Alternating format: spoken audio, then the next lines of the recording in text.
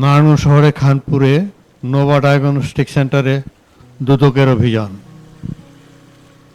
গণশুনানি সিদ্ধান্ত বাস্তবায়নে অভিযোগ সংশ্লিষ্ট নোভা ডায়াগনস্টিক সেন্টারে অভিযান চালিয়েছে দুর্নীতি দমন কমিশন দুদক।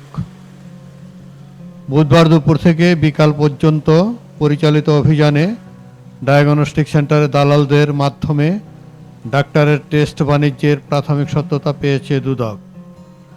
দালাল সংশ্লিষ্টতা খতিয়ে দেখতে নোভা ডায়াগনস্টিক সেন্টারের সকল ডকুমেন্ট সহ যাচাই বাছাইয়ের জন্য জব্দ করা হয়েছে।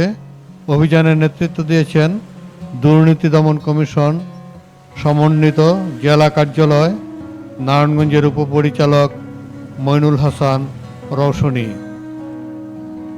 রওশনী জানান, গত 6 জুন নারায়ণগঞ্জ জেলা শিল্পকলা একাডেমিতে অনুষ্ঠিত দুদকের গণশুনানিতে নারায়ণগঞ্জের বিভিন্ন হাসপাতাল ও ডায়াগনস্টিক সেন্টারের অব্যবস্থাপনা, দালালদের মাধ্যমে বিভিন্ন ডায়াগনস্টিক সেন্টার ও ক্লিনিকে ডাক্তারদের টেস্ট বাণিজ্য সহ নানা অভিযোগ উত্থাপিত হয়।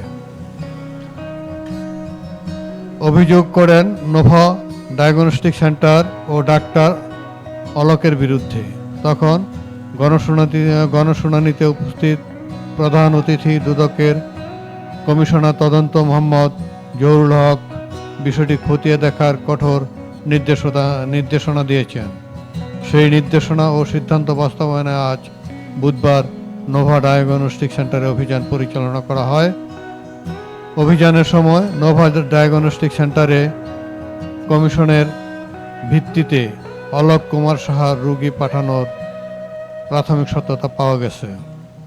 TNN TV 24